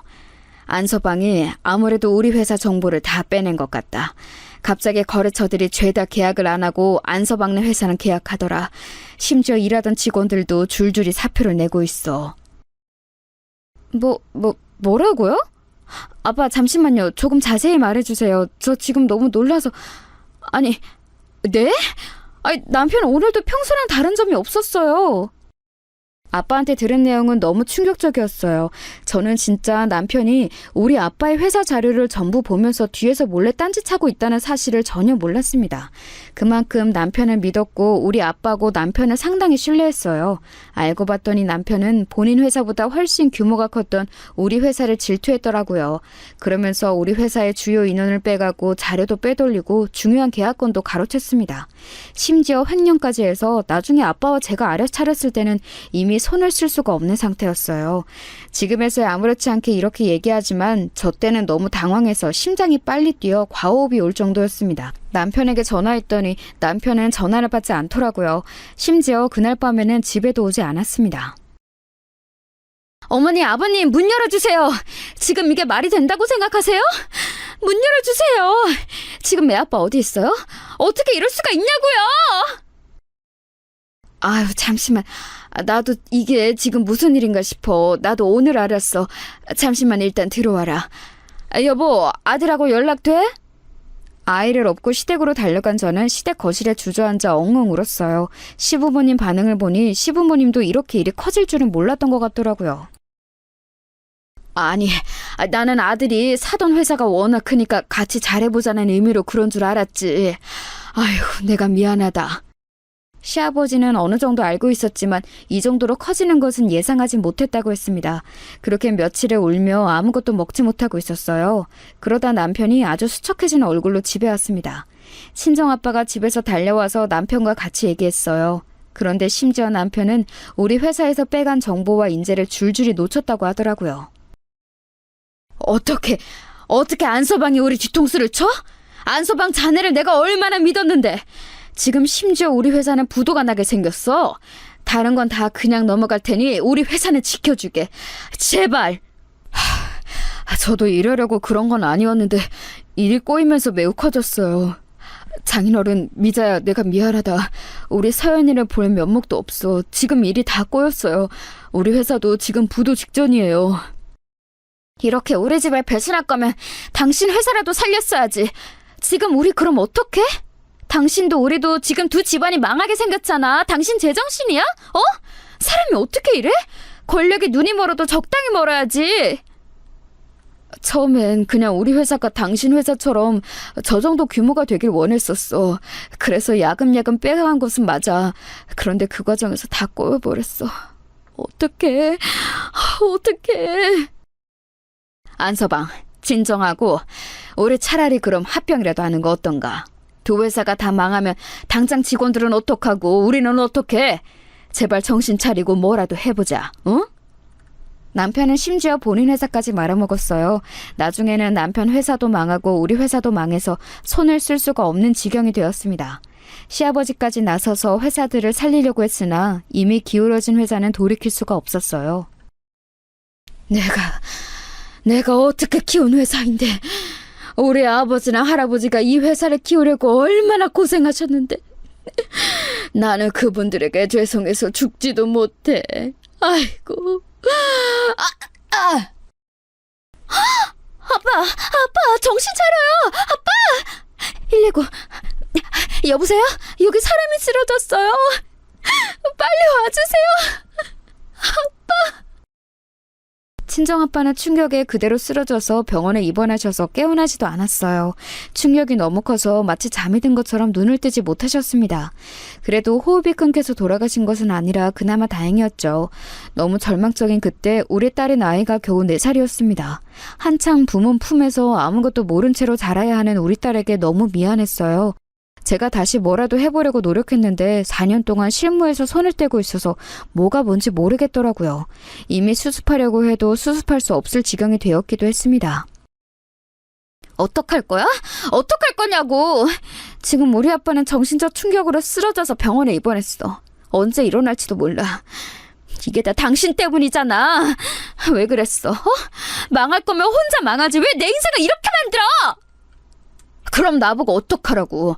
나라고 이렇게 될 줄 알았겠어? 나도 지금 미칠 것 같아. 어디 가서 확 죽을까? 그럼 속 시원하겠냐? 죽긴 뭘 죽어? 장난하니? 당신이 죽으면 우리 서연이는 겨우 힘들게 가져서 낳은 네 딸 지금 겨우 4살이야. 너는 그렇게 행동하면서 네 딸 생각도 안 났어? 일단 기다려봐. 내가 어떻게든 해결할 테니까 재촉하지 말고 기다리라고. 나도 고통스러워. 나라고 마음이 편한 줄 알아? 어? 나도 죽고 싶어. 아빠까지 쓰러지자 저는 기댈 곳이 전혀 없었어요. 너무 어린 딸은 이제 겨우 말문이 트이기 시작했는데 세상이 원망스러웠습니다. 남편하고 부부싸움도 매일 했어요. 어렸을 때부터 경제적으로 부유하게 살았던 저는 집이 망하면 어떻게 되는지 사실 상상을 할 수가 없었습니다. 일단 급하게 살던 집을 팔고 자동차를 팔고 가지고 있던 가방도 팔았어요. 주변 지인들에게 돈을 빌려서 급한 불을 껐는데 그러면서 우리 집의 크기는 점점 작아졌습니다. 나중에는 자포자기해서 현실에 순응했는데 우리 딸의 얼굴을 보면 자꾸 눈물이 나왔어요. 아기를 데리고 평범하게 사는 것이 제 소박한 소원이었는데 그게 그렇게 힘들더라고요. 일단 내가 이모랑 삼촌들에게 말해서 급한 건은 해결했어. 당신 때문에 망했는데 왜 내가 이렇게 돌아다니면서 돈을 빌려야 해? 나 심지어 우리 서연이 손 붙잡고 돌아다니고 있어. 네가 인간이니? 어? 나도 열심히 빌리고 있어. 나도 미치겠는데 왜 자꾸 나한테 그러는 거야? 당신이랑 장인어른 그리고 서연이한테는 당연히 나도 미안해. 그런데 그래서 열심히 빌리고 있잖아. 제발 그만 좀 해. 당신 때문에 지금 몇 명의 피해를 보는지 알아? 도대체 무슨 정신으로 그렇게 한 거야? 그러고도 이렇게 뻔뻔하게 말이 나오니?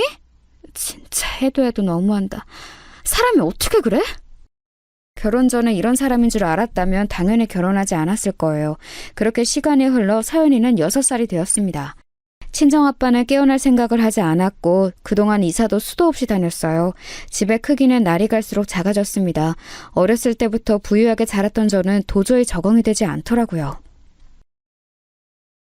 엄마, 우리 여기서 살아? 여기 너무 좁아. 나 예전에 살던 집에서 살고 싶어. 여기 말고 예전 집으로 가자. 응? 서연아, 엄마도 우리 서연이 데리고 여기서 사는 거 싫어. 그런데 지금은 우리가 여기서 살아야 해. 힘들고 추워도 조금만 버티자, 응?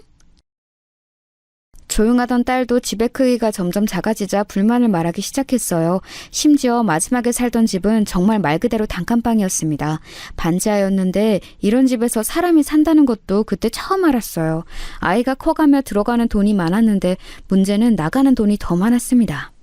버는 돈이 없어서 제가 급하게 아이를 데리고 식당에 가서 설거지를 했어요. 겨우 그렇게 벌어 온 돈도 월세를 내고 아이 먹을 빵을 사면 없더라고요. 설상가상으로 남편은 이런 우리를 두고 집을 떠났습니다. 안성철 어디 있어? 어? 내 돈 내놔. 돈을 빌려갔으면 갚아야 할 거 아니야? 당장 나와. 이 새끼 어디 있어? 어이 아줌마, 안성철 이놈 어디 있어? 당장 말해! 잠시만요. 저는 몰라요. 진짜 몰라요. 오늘도 아이 데리고 식당에 가서 설거지하고 왔어요. 여기 일당이에요. 이거라도 가져가세요. 그런데 저는 진짜 몰라요. 제발 우리 아기가 보잖아요. 제발요. 아기면 뭐 어떡하라고.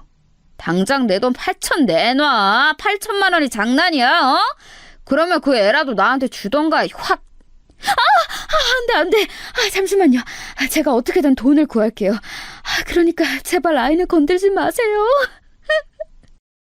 남편이 집을 나간 이유는 하나였어요. 바로 사채업자에게 갚을 돈이 없으니 책임감도 없이 그대로 집을 나갔던 거였습니다. 사채업자들은 텔레비전에서 보던 것처럼 진짜 인정사정 없었어요. 아이가 있어도 아무렇지도 않게 저를 위협했습니다. 게다가 그 돈이 8천만 원이었고 이자는 날이 갈수록 늘어나는 구조였습니다. 아무리 봐도 제가 갚을 수가 없었어요. 집은 너무 가난해서 사채업자들이 혀를 찰 정도였죠. 남편을 아무리 원망해도 절대 우리 앞에 나타나지 않더라고요. 저기 애기 엄마, 나도 내가 같은 여자로서 안타까워서 봐주려고 했는데 동네 주민들 창피해서 안 되겠어. 그냥 이번 주까지만 살고 나가. 난 저런 깍두기들이 우리 집 앞에서 어슬렁거리는 거 무서워서 못 살겠다고. 이게 무슨 일이야. 네? 아줌마니 죄송해요. 그래도 저희 이대로 나가면 당장 갈 곳이 없어요. 친정도 망해서 저 진짜 길거리에서 살아야 해요. 제발요. 우리 딸을 봐서라도 도와주시면 안 될까요? 사정이 딱한 것은 알겠는데 도저히 안 되겠어. 그동안 봐준 것도 되게 많이 봐준 거 아니야? 나도 살아야지. 남은 날짜 맞춰서 돈 줄 테니까 나가. 아휴, 나도 내 집에서 편하게 살고 싶다고. 아주머니, 제발요. 제가 돈 열심히 벌어서 갚으면 돼요. 네? 네? 아주머니! 사채업자들이 하도 저를 찾아오자 나중에는 살던 집에서 쫓겨나기까지 했습니다. 그래서 급한 대로 집주인 아주머니에게 보증금을 받은 것으로 여관에 찾아가서 며칠 묵었어요. 그마저도 나중에는 돈이 없어서 아이를 데리고 일하던 식당에서 자기도 했는데 사채업자들이 가게까지 찾아왔어요. 사채업자들은 가게에 있던 손님들에게 시비를 걸고 가게 앞에서 사람들을 위협했습니다. 미자씨, 우리도 마음은 좋지 않아. 그래도 이러면 우리 가게 손님들 다 잃고 나는 그럼 생활이 안 돼. 안타깝지만 나가줘. 내가 그래도 그동안 본 정이 있어서 돈은 조금 더 넣었어. 너무 섭섭하게 생각하지 말고, 응? 일하던 가게에서도 잘리고 진짜로 갈 곳이 없게 되었습니다. 저 혼자였으면 어떻게 공장이라도 들어갔을 텐데 어린 딸이 있어 그러지도 못했어요. 숙식이 해결되는 공장도 제가 딸을 데려가자 받아주기 곤란하다고 하더라고요. 그리고 설상가상으로 동네에서는 어딜 가도 사람들이 우리 모녀를 쳐다보았어요. 길거리를 걷다가도 눈초리가 너무 따가워서 걸을 수가 없었습니다. 이건 도저히 아이한테도 못할 짓이라는 생각이 들었어요. 자연스럽게 사람들 눈치를 보고 조용히 하려는 모습이 너무 마음 아팠습니다. 그래서 저는 결국 최후의 선택을 하게 되었어요. 서연아, 엄마 말 잘 들어? 엄마가 서연이 꼭 찾으러 올 거야. 엄마는 서연이 버린 거 아니야. 알겠지? 그러니까 조금만 기다려. 딱 10밤, 아니다 100밤만 자고 나면 엄마가 서연이 찾으러 올게. 싫어. 나 엄마랑 같이 갈래. 엄마, 나 버리지 마. 어? 나 옆에서 죽은 듯이 가만히 있을게. 울지도 않고 엄마한테 말도 안 걸게. 나 버리지 마. 엄마. 미안해. 엄마가 너무 미안해. 서연아, 엄마가 꼭 올게. 알겠지? 엄마, 안 돼. 나 엄마 따라갈 거야. 엄마. 저는 당장 우리 딸의 안전을 위해서라도 어쩔 수 없는 선택을 했습니다. 바로 아이를 고아원에 맡기는 거였어요. 제 인생에서 저보다 더 소중한 우리 딸을 제가 제 손으로 고아원에 맡기는 심정은 말로 하지 못합니다. 지금도 그때를 생각하면 가슴이 아프고 눈물이 바로 나올 정도거든요. 오는 딸을 뒤로 하고 도망치듯 무작정 걸었어요. 버스 터미널로 가서 가까운 인근 대도시로 가는 버스표를 끊었습니다. 버스 안에서도 얼마나 울었는지 몰라요. 일단 어떻게든 일자리를 구하는 게 제일 먼저였습니다. 그래서 버스에서 내리자마자 인력 사무실에 가서 당장 출근할 수 있는 곳을 알려달라고 했습니다. 마침 거기 사장님이 어느 부잣집을 소개해 주었어요. 미자씨 운이 좋네. 어떻게 딱 오늘 아침에 문의가 들어온 게 있거든. 이 집이 여기서 제일 부잣집이야. 공장도 여러 개 가지고 있고 진짜 잘 나가. 아무튼 지금 여기 사장님이 자리를 비웠다고 알고 있는데 그래서 가사 도우미를 구하나 봐. 원래 일하던 분이 있으니까 자세한 건 가서 들어요.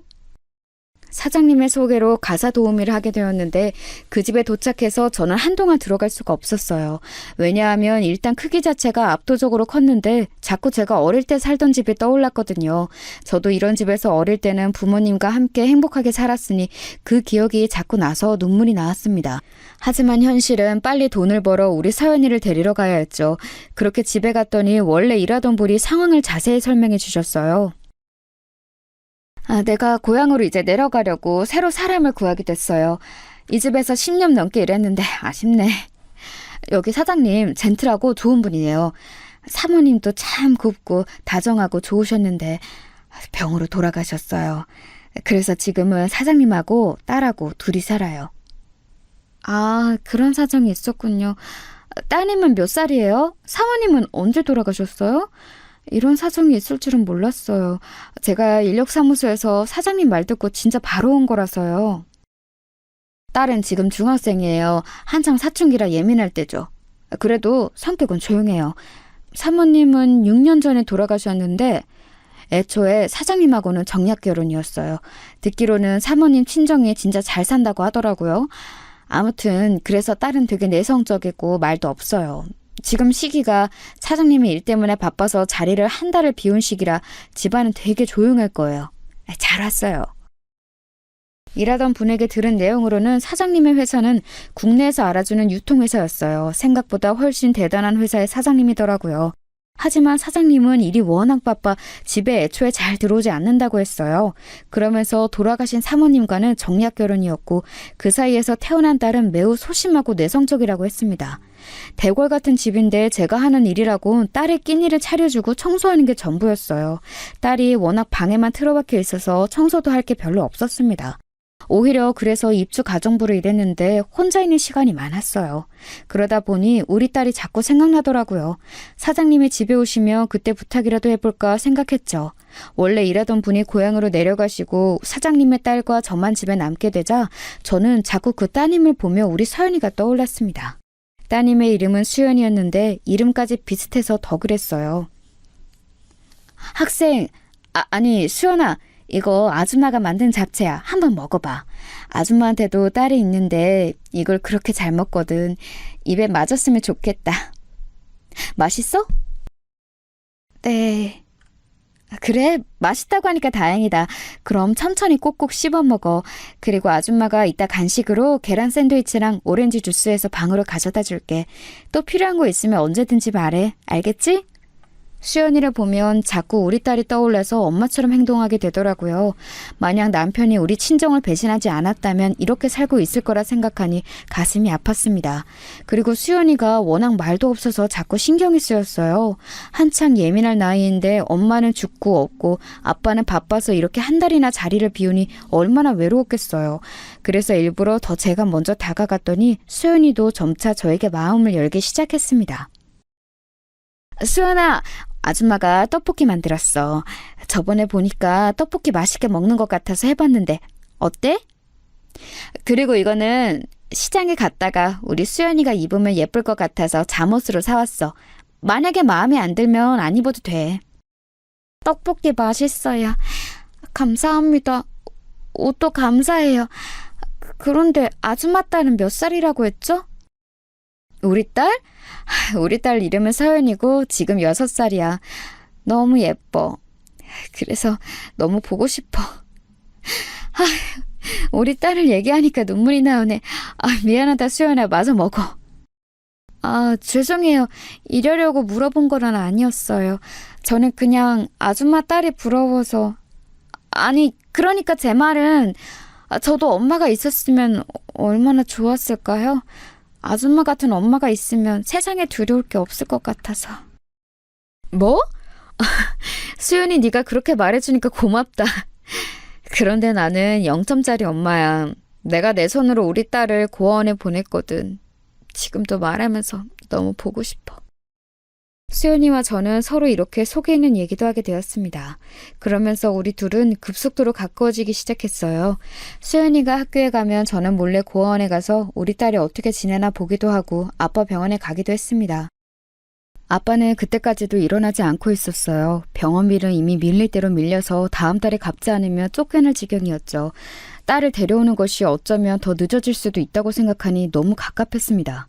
그렇게 어느덧 3주가 지나고 사장님이 집에 오기까지 딱 일주일이 남았을 때였어요. 시장에 가서 수연이 저녁 반찬을 사서 들어오는데 누가 집 앞에 있더라고요. 사채업자들에게 시달린 이후로 낯선 남자를 보면 순식간에 굳는 습관이 생겼던 저는 잔뜩 경계하며 그 사람을 쳐다보았습니다. 그런데 눈이 마주치고 저는 심장이 내려앉는 줄 알았어요. 여보, 미자야! 여기서 일하는 거 맞아? 세상에, 내가 너를 얼마나 찾았는지 알아? 버스터미널에서부터 며칠을 잠도 안 자고 여기서 일하는 거야? 네가 여기가 어디라고 날 찾아와? 당신 미쳤어? 나랑 서연이 버리고 도망간 건 언제고 이렇게 찾아와? 미친 거 아니야? 양심이 어디 있는 거야? 이혼하자. 나는 당신 보면 이혼 말고 할 얘기 없어. 미자야, 진정하고 내 얘기 한 번만 들어봐. 월급 받았어? 나 딱 100만 원을 주라. 그러면 내가 그걸로 마지막 남은 빚 다 갚고 우리 새 출발할 수 있어. 장인어른 병원비도 내가 다 낼게. 미자야, 한 번만 나를 믿어줘. 야, 너 지금 나한테 지금 내 몰골을 보고도 돈을 달라는 소리가 나와? 진짜 당신 제대로 미쳤구나. 제발 사람이라면 나를 그만 찾아와. 이혼하자고. 그리고 너 우리 서연이는 찾지도 않네? 네가 그러고도 아빠야? 아니, 서연이한테 아빠는 없어. 당장 꺼져. 아, 그래. 우리 서연이 어디 있어? 여기 안에 있는 거야? 아니, 제발 돈 100만 원을 주면 내가 너 앞에 다시는 안 나타날게, 어? 미자야, 제발. 너 진짜 어렵게 찾았어. 바로 집 앞에 나타난 사람은 남편이었습니다. 남편이라고 부르기도 싫은 그 남자는 심지어 저에게 돈을 요구했어요. 도대체 어디서 무엇을 하고 돌아다니는 건지 행색도 거지 같더라고요. 남편은 누가 봐도 노숙자처럼 보였습니다. 이상한 냄새도 나고 마주하기 힘들었어요. 당장 내 앞에서 꺼져. 나 지금 경찰 부를 거야. 당신 지금 여기서 계속 이러고 있으면 경찰한테 잡혀가. 여기 동네 분위기 보고도 모르니?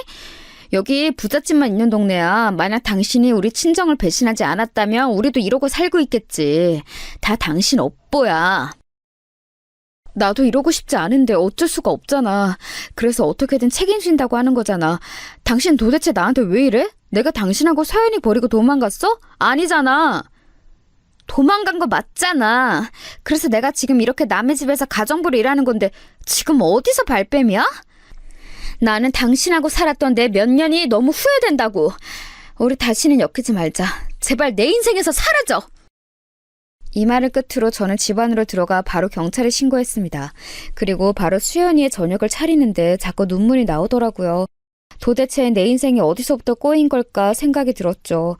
만약에 내가 부모님의 반대에도 끝까지 굽히지 않고 진석이와 결혼했으면 적어도 이렇게 불행하게 살지는 않았을 거라는 생각도 들었습니다. 그리고 일주일 동안 수연이와 여전히 재밌고 즐겁게 보냈어요. 당연히 마음속에는 우리 딸의 생각이 날 수밖에 없었습니다.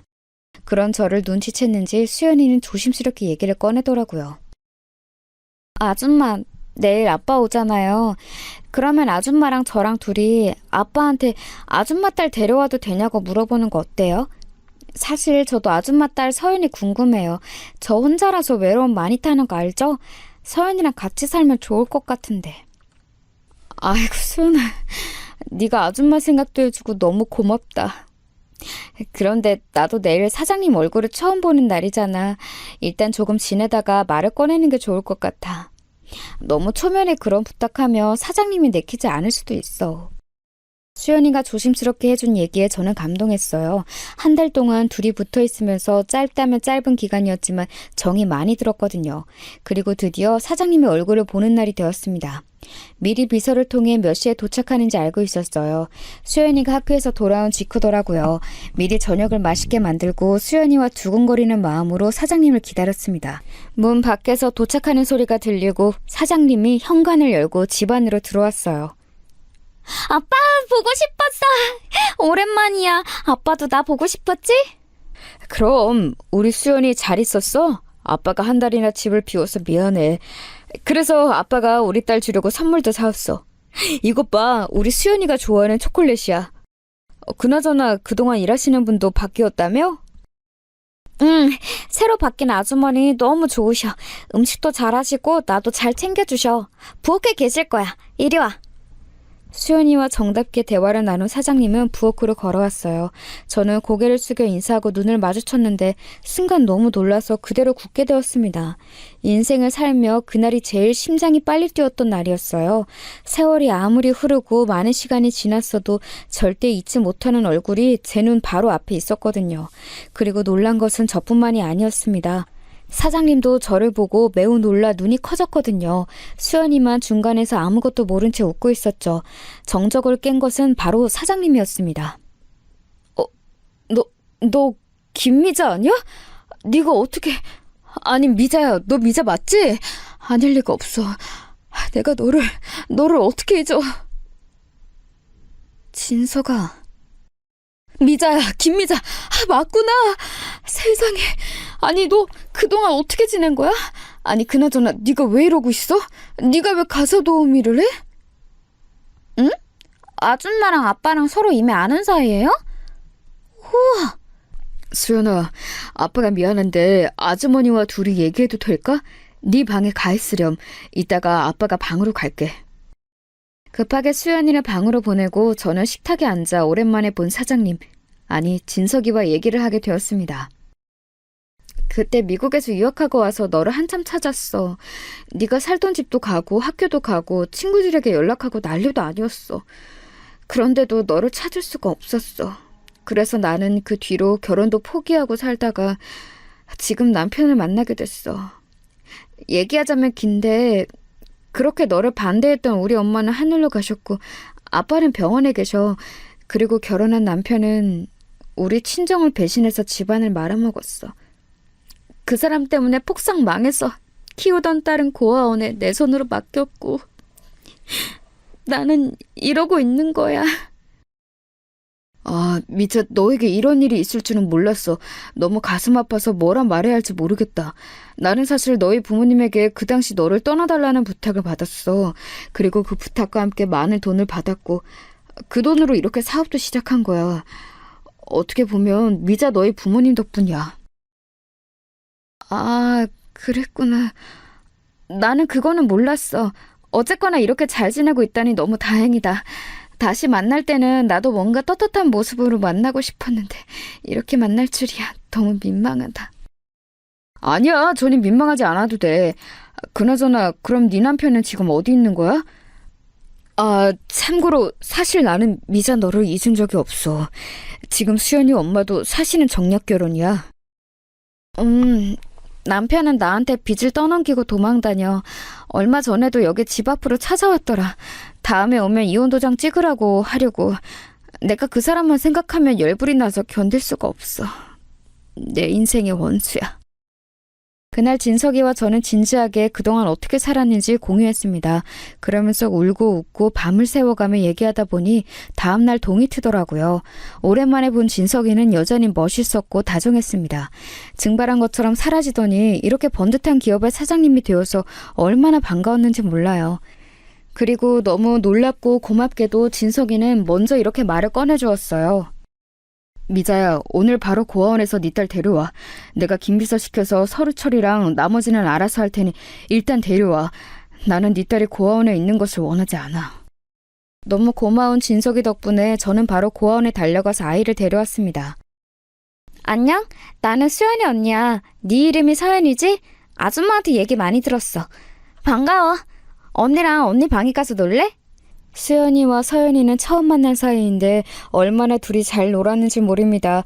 둘이 노는 모습을 보는데 뿌듯하고 기뻐서 눈물이 나올 정도였어요. 한 집에서 세 딸을 데리고 진석이와 수연이와 사니 마치 한 가족처럼 느껴졌습니다. 제가 그렇게 바라고 바랐던 행복하고 단란한 가정의 모습이었죠. 이런 느낌은 저 혼자만 받은 것은 아니었나 봐요. 몇 개월이 지나자 진석이가 진지하게 저에게 얘기했습니다. 미자야, 너만 괜찮다면 우리 결혼할래? 아이들도 지금 둘이 자매처럼 지내고 있고 무엇보다 내가 너를 이제는 놓치면 안 될 것 같아서 그래. 우리 남은 인생은 이렇게 서로 의지하며 행복하게 살자. 그동안 혼자 너무 고생 많았어. 우리 결국 다시 만나게 됐네. 너와 결혼하면 나야말로 행운이지. 너무 고마워. 네, 여러분, 저는 이렇게 진석이를 다시 만나 재혼하게 되었습니다. 전 남편과는 어떻게 되었냐고요? 진석이가 사람을 써서 전 남편을 찾아냈어요. 그리고 어느 정도 빚을 갚아주는 조건으로 깔끔하게 서류상으로 이혼했습니다. 물론 다 갚아주지는 않았고 딱 이혼 소송을 깔끔하게 할 수 있을 정도로 진석이가 알아서 처리했어요. 그리고 진석이는 우리 아빠의 밀린 병원비도 다 내주었습니다. 얼마 정도 시간이 흐르고 아빠는 마침내 깨어났어요. 아빠, 이 사람 기억나요? 아빠가 그렇게 반대했던 그 놈이잖아. 나 결국 다시 만나서 결혼해요. 이제 이 사람 사장님이니까 결혼 반대하고 그러지 않지? 아버님 오랜만이에요. 반갑습니다. 그때 미자 옆에서 떠나라고 하시면서 주셨던 돈 덕분에 이렇게 살아요. 그 돈으로 장인어른 병원비도 냈어요. 이제 미자 옆에서 번듯하게 고생 안 시키며 살겠습니다. 아빠는 정신은 깨어났지만 아직 말씀은 온전하게 하지 못하세요. 그래도 눈과 표정을 보니 진석이란 마음에 들어하는 것 같더라고요. 그리고 우리 딸들은 어떻게 지내는지 아세요? 엄마, 나 이번 주 일요일에 언니랑 같이 놀이공원 가기로 했어. 언니가 내가 거기에 한 번도 안 가봤다고 했더니 데리고 간대. 뭐? 수연아, 진짜야? 혼자 서연이 데리고 갈 수 있겠어? 엄마가 같이 갈까? 괜찮아? 나는 이미 여러 번 가봐서 괜찮아. 그냥 엄마랑 아빠는 데려다주고 데리러 오기만 해요. 내가 서연이 데리고 놀러 가는 거니까 둘이 데이트도 하고. 아유, 우리 첫째 딸이 이렇게 효녀다. 여보, 그럼 우리도 주말에 애들 데려다주고 데이트나 할까? 우리 가족은 너무 행복하게 지내고 있어요. 가끔은 자기 전에 이 현실이 오히려 꿈처럼 느껴지더라고요. 그래서 자고 일어나면 다시 단칸방에서 사채업자들에게 위협을 당할까봐 무섭기도 합니다. 물론 그럴 때마다 현재 남편은 너무 자상하게 제 곁을 지켜주며 불안을 없애주고 있죠. 전 남편은 듣기로는 깜빵에 갔다고 해요. 저와 서류상으로 이혼하고 현 남편이 아주 철저하게 고발하고 죄를 물어 교도소에 잡혀갔다고 하더라고요. 어찌나 통쾌한지 모릅니다.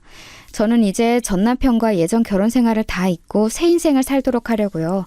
여기까지가 제가 준비한 사연인데 재밌게 들으셨나요? 저는 사연을 제보하며 인생을 돌아볼 수 있어서 좋았습니다. 그럼 여기서 마무리하도록 할게요. 여러분 들어주셔서 진심으로 감사합니다.